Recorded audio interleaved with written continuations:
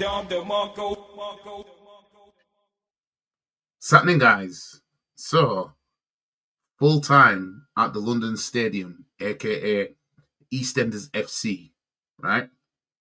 In the Declan Rice derby. West Ham United 2, Arsenal 5. Yeah, you heard right. West Ham 2, Arsenal 5. Match reaction.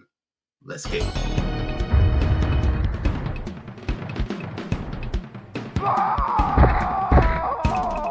Sonia wins. Animality.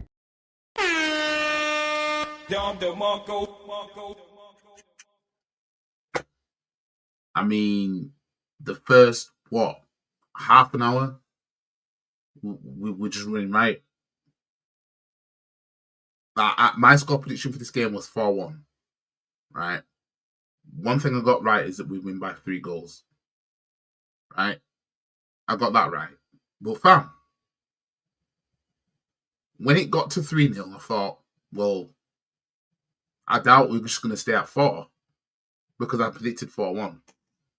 And it went 4-0 up. I thought, Christ. I even said to my brother, it could be like the last season one. Was last season we won 6-0 there. But then West Ham scored. And I knew when they scored, I thought to myself, no, it's not going to be like last time now. It's not like we're going to then win 7-1, 8-1, or anything like that just because they scored the goal. I thought to myself, we went 4-0 up quite early, quite comfortably. But yeah, you know what? Let's just talk about this from the top down, right? Let's talk about it. Sick of them sweatsuits and them corny hats. Let's talk about it. So we ran right from the start. We just running right. Gabriel has some I don't know. From when we score from the corner, you know, some people might be saying, was Timber told to nudge Paqueta in his back for Gabriel to pull off that header? Maybe, maybe not. But Gabriel again from the corner. Again!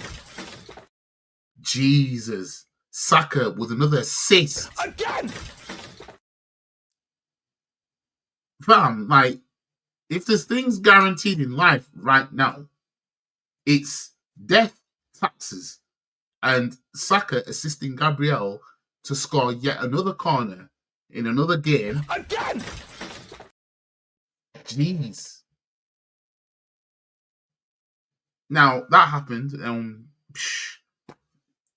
Gabriel is easily our best defender. It's a pity that he went off, but precautionary and all that. But easily our best defender. This guy, I don't want to speculate anything of what's going on, whatever. I just want these men to keep doing it. Just keep doing whatever it is, fam. Just keep doing it. And second goal, what was the second goal now? Was it it was the tapping from Trossard. Again, brilliant play from us. Odegaard, bam. Odegaard. Again! Doing his thing, man. Doing his thing. These past few games, since Odegaard's come back, he's shown the world I am him, fam, in this team. Like, these men need me.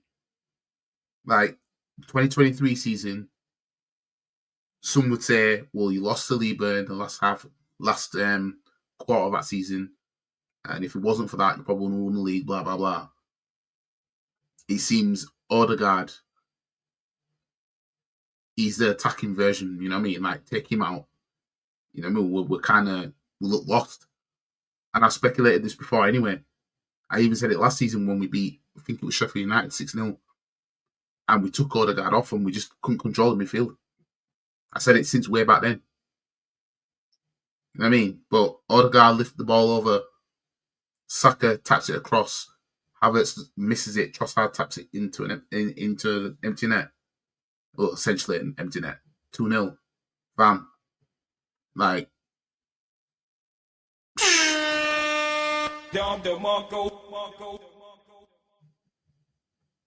then we get a penalty, which was a penalty. Foul on Saka. And Odegaard makes it 3-0 from the penalty spot. 3-0 comfortably at this point.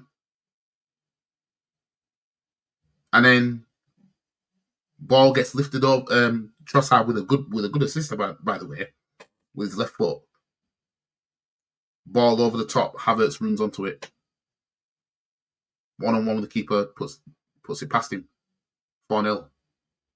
We were bare comfortable.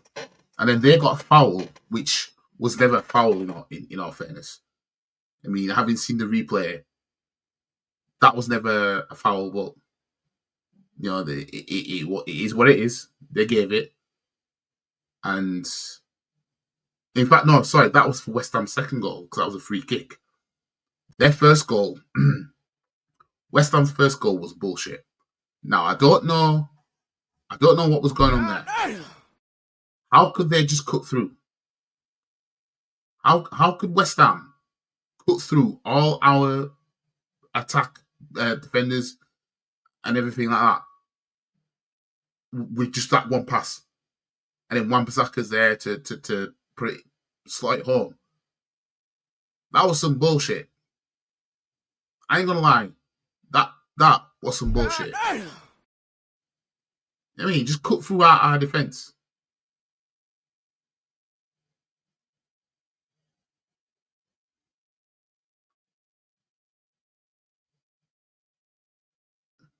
But yeah, West Ham, you know, they gave it a shot. They did better than what they did last time we came here. You know what I mean?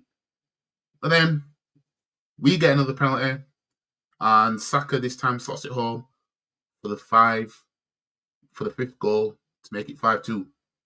And then we go into half time. Second half comes now. And yeah, we were the same in the second half as what we were in the first half. And going by what I'm seeing from Arsenal at the moment, I think this is going to be something we might have to get used to a little bit.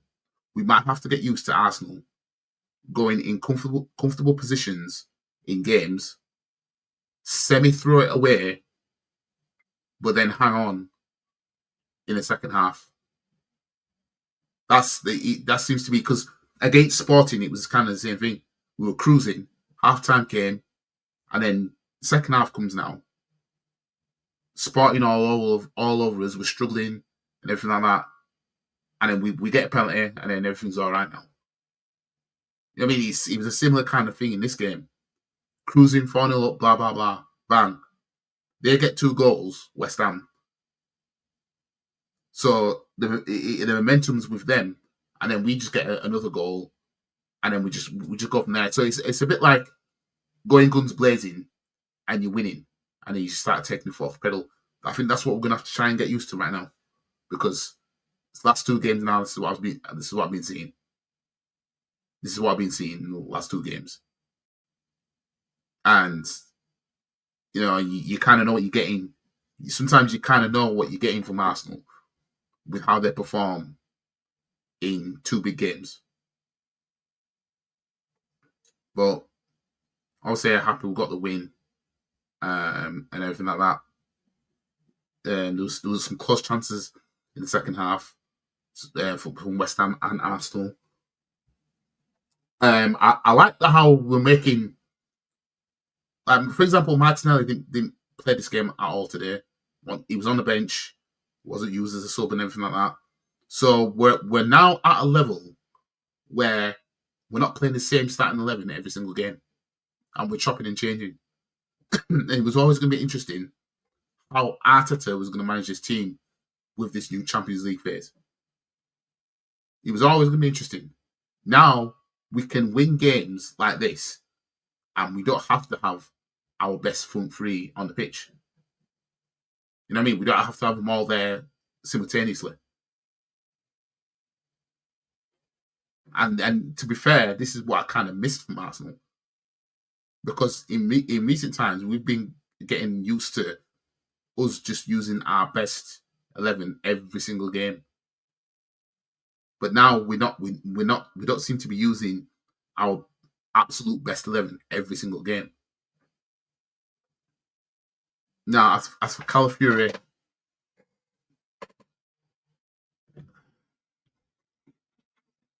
there's going to be a point where Arsenal fans on Twitter are going to start having conversations about him. And I'm only talking about defensively. I don't want to say I'm blaming him for the goal that West Ham scored, the first goal. But Trossard was the most left-back player in that situation, while Calafiori was chilling in left centre-back area while that ball went through. But yeah, I'm just gonna wait it out some more. As for the going forward from this, obviously we've got Man United next, and at the Emirates, and it's one of them games where obviously Man United got a new manager. They're gonna have a new manager bounce for this game because it's a rivalry. You know what I mean? I can't wait for it. Can't wait for the game. I just don't have the best of feelings that we'll just win there like we should at home to Man United. But I hope I'm wrong, and I hope that we slap them the way we slapped West Ham, the way we slapped Sporting. And that's what I hope for, but we'll have to see. Something else I'm going to say as well, but I can't remember now. Something else I'm going to say. There was something else I was going to say, but I can't remember what I'm going to say. But yeah. Can't remember. I was going to say something, and I can't remember what I was going to say just before I mentioned about we've got Manuel next and blah, blah, blah. But yeah, anyways, let me know what you guys think. This is not going to be a long video. And I forgot to announce again. I forgot to announce it. Where is it? I forgot to announce it. Again! What the hell? I wonder what happened then. Anyways, this ain't live. This wasn't live. But yeah. If we keep this going, then obviously it's good, isn't it? You know what I mean? This is what we want, but that's what I'm gonna say. That's what I'm gonna say. As for this fan base, when it comes to what we're doing right now, when January comes round, we ain't gonna need a striker. Because this fan base is going to gaslight the world into believing we don't need a number 9 because Havertz is scoring. All our forwards are going to be scoring soon. Sterling's going to get in on that. We know what Saka's doing already. Martinelli seems to have hit a 2-2 bit form now. Trossard scoring. Havertz scoring. Jesus just needs to get his shooting boots back on. Right? And when that happens, because it will happen, right? This fan base is going to gaslight the whole thing and say, look, how do we need a striker when all these men are scoring? And then when the goals dry up, and they'll show the world, again, Arsenal, that, no, you do need a striker. It will be outside the transfer window, and we ain't going to make it happen. And I know how this game plays out. You know what I mean? We're going to be in a position where we're going to be made to feel like we might not need a number 9 because everybody's going to be scoring, right? And we're going to be thriving with what we have, right? And then everyone's going to say we don't need a striker. Well, not everyone, but it's going to be all the DR Sports, AFTV and them. We don't need a striker. Watch. Anyways, big win, of course, for us. And yeah, onwards and upwards to the next one, which, you know, we've got Man United next this week or next week, and I'm looking forward to it. Anyways, like the video, share the video, comment, subscribe to the channel, follow all the socials. The link is in the description below, and I will see you guys in the next video. Peace.